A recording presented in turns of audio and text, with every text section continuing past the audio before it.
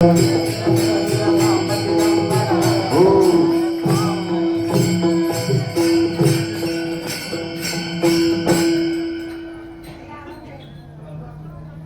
ಒಂದೊಂದು ಕೆಲಸ ಮಾಡ್ತಿರ್ತಾರ.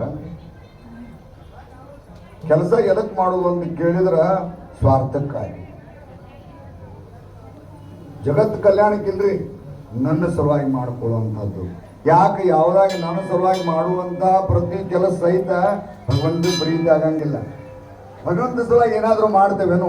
ಏನು ಮಾಡಿಲ್ಲ ನಾವು. ಹಂಗ ಒಬ್ಬ ಹಿಂದೆ ಮಾಡ್ಲಿಕ್ಕೆ ಹೊಂಟಿದ್ದಂತ ಅವನು ದಾನಶೂರ ಅಂತ ಹೇಳಿದ್ರು ಪರೀಕ್ಷಕರು. ಯಾರ ಸಲುವಾಗಿ ಮಾಡ್ಲಿಕ್ಕತ್ತಿದ್ದವ? ತನ್ನ ಸಲುವಾಗಿ, ತನ್ನ ಪ್ರತಿಷ್ಠೆ ಬೆಳೆಸುವ ಸಲುವಾಗಿ 100 ಯಜ್ಞಗಳನ್ನು ಮಾಡ್ಲಿಕ್ಕಿದ್ದ. 99 ಯಜ್ಞ ಮಾಡಿದ್ದ, ಇನ್ನೊಂದು ಯಜ್ಞ ಉಳಿದಿತ್ತು. ಆ ಯಜ್ಞದಿಂದ ಏನಾಗ್ತದೆ ಕೇಳಿದ್ರೆ ಭಯಂಕರ ಪುಣ್ಯ ಬರ್ತದ. ಆ ಪುಣ್ಯ ಬಂದ ತಕ್ಷಣ ಇಂದ್ರನ ಪುಣ್ಯಕ್ಕಿಂತ ಒಂದು ಗುಂಜು ಜಾಸ್ತಿ ಆಗ್ತದೆ.